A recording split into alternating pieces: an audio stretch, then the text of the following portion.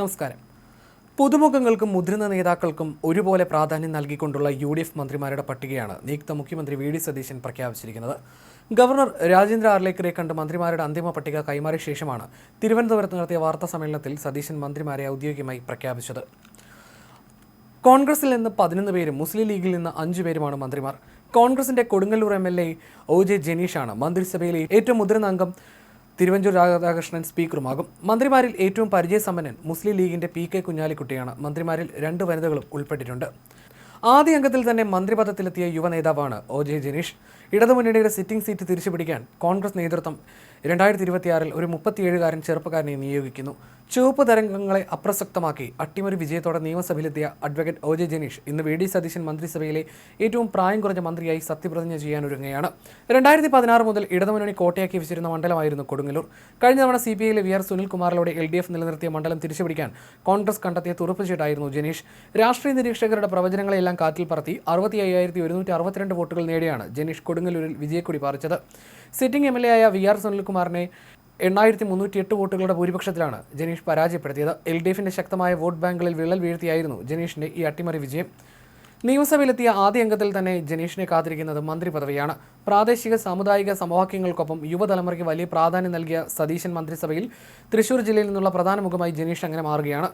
ഇടതുകോട്ടയായ കോങ്ങാട് മണ്ഡലത്തിൽ അട്ടിമറി വിജയം നേടിയാണ് KA തുളസി മന്ത്രിസഭയിലേക്ക് എത്തുന്നത്.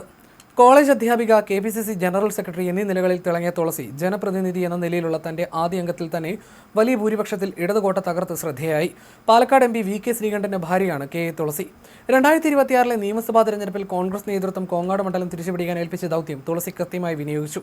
2011 മണ്ഡലം രൂപീകരിച്ചത് മുതൽ ഇടതുപക്ഷം മാത്രം ജയിച്ചു പോന്ന കഴിഞ്ഞ തവണ 27,000-ൽ പരം വോട്ടുകളുടെ ഭൂരിപക്ഷം ഉണ്ടായിരുന്ന കോങ്ങാട് മണ്ഡലമാണ് തുളസി UDFനായി പിടിച്ചെടുത്തത്. സിറ്റിംഗ് MLA ആയ CPMന്റെ അഡ്വക്കേറ്റ് K ശാന്തകുമാരിയെ 3,706 വോട്ടുകളുടെ ഭൂരിപക്ഷത്തിനാണ് തുളസി പരാജയപ്പെടുത്തിയത്. മണ്ഡലത്തിൽ തുളസി 62,734 വോട്ടുകൾ നേടിയപ്പോൾ ശാന്തകുമാരിക്ക് 59,028 വോട്ടുകൾ മാത്രമാണ് നേടാനായത്. ആദ്യമായി സഭയിലെത്തുന്ന തുളസിയെ തേടി മന്ത്രി പദവിയും എത്തിയിരിക്കുകയാണ്. ഒരേ വീട്ടിലേക്ക് MP പദവിക്കൊപ്പം മന്ത്രി MLA പദവി കൂടി എത്തുന്നതിന്റെ ആഹ്ലാദത്തിലാണ് പാലക്കാട്ടെ UDF പ്രവർത്തകർ.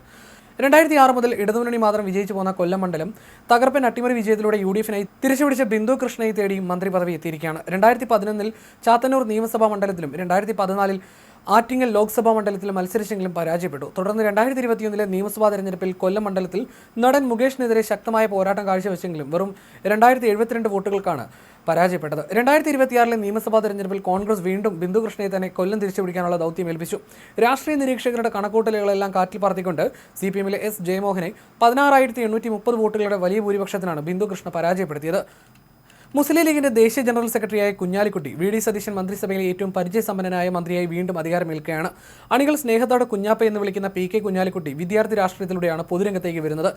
MSF സംസ്ഥാന ട്രഷററായും ഫാറൂഖ് കോളേജ് യൂണിയൻ സെക്രട്ടറിയായും തിളങ്ങി. 1980 തന്റെ 29-ാം വയസ്സിൽ മലപ്പുറം നഗരസഭയുടെ ചെയർമാനായി തിരഞ്ഞെടുക്കപ്പെട്ടതോടെയാണ് കുഞ്ഞാലിക്കുട്ടിയിലെ രാഷ്ട്രീയ തന്ത്രജ്ഞനെ കേരളം തിരിച്ചറിയുന്നത്.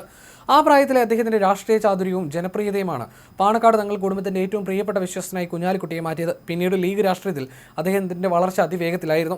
1982 മലപ്പുറം മണ്ഡലത്തിൽ നിന്നാണ് കുഞ്ഞാലിക്കുട്ടി ആദ്യമായി നിയമസഭയിലെത്തുന്നത്. 1982 മുതൽ 2021 വരെയുള്ള കാലയളവിൽ 8 തവണ അദ്ദേഹം നിയമസഭാ അംഗമായി തെരഞ്ഞെടുക്കപ്പെട്ടു. മലപ്പുറം, കുറ്റിപ്പുറം, വേങ്ങര മണ്ഡലങ്ങളെ അദ്ദേഹം പ്രതിനിധീകരിച്ചു. 2026 LDF തെരഞ്ഞെടുപ്പിൽ കുറ്റിപ്പുറത്ത് പരാജയപ്പെട്ടെങ്കിലും ശക്തമായി തിരിച്ചുവരവാണ് അദ്ദേഹം നടത്തിയത്. മുസ്ലിം ലീഗ് സംസ്ഥാന ജനറൽ സെക്രട്ടറിയായും ദേശീയ ട്രഷറായും പ്രവർത്തിച്ച അദ്ദേഹം നിലവിൽ പാർട്ടിയുടെ ദേശീയ ജനറൽ സെക്രട്ടറിയാണ്. K കരുണാകരൻ, AK ആന്റണി, ഉമ്മൻചാണ്ടി എന്നിവരുടെ മന്ത്രിസഭകളിൽ വ്യവസായ, വിവര സാങ്കേതിക വകുപ്പുകളുടെ അമരക്കാരനായി കുഞ്ഞാലിക്കുട്ടി തിളങ്ങി. 1991 മുതിർന്ന നേതാവായ K കരുണാകരൻ തന്റെ മന്ത്രിസഭയിലേക്ക് കുഞ്ഞാലിക്കുട്ടിയെ കൊണ്ടുവരുമ്പോൾ അത് അദ്ദേഹത്തിന്റെ കഴിവിലുള്ള വിശ്വാസം കൂടിയായിരുന്നു. കേരളത്തിന്റെ IT മേഖലയ്ക്ക് അടിത്തറയിട്ട പ്രശസ്തമായ അക്ഷയ പ്രൊജക്ട് കുഞ്ഞാലിക്കുട്ടി വ്യവസായ IT മന്ത്രിയായിരുന്ന കാലത്താണ് യാഥാർത്ഥ്യമായത്. മുതിർന്ന നേതാവ് E അഹമ്മദിന്റെ വിയോഗത്തെ തുടർന്ന് 2017 നടന്ന ഉപതെരഞ്ഞെടുപ്പിൽ മലപ്പുറം മണ്ഡലത്തിൽ നിന്നും വലിയ ഭൂരിപക്ഷത്തോടെ കുഞ്ഞാലിക്കുട്ടി ലോക്സഭയിലെത്തി. 2019 പൊതുതെരഞ്ഞെടുപ്പിലും ഈ വിജയം ആവർത്തിച്ചു. പാർലമെന്റിന്റെ റെയിൽവേ സ്റ്റാൻഡിംഗ് കമ്മിറ്റി അംഗമായും അദ്ദേഹം പ്രവർത്തിച്ചു. എന്നാൽ കേരള രാഷ്ട്രീയത്തിൽ UDFനെ ശക്തിപ്പെടുത്തുക എന്ന ലക്ഷ്യത്തോടെ 2021 MP സ്ഥാനം രാജിവെച്ച് അദ്ദേഹം വീണ്ടും നിയമസഭയിലേക്ക് മത്സരിച്ച് വിജയിച്ചു.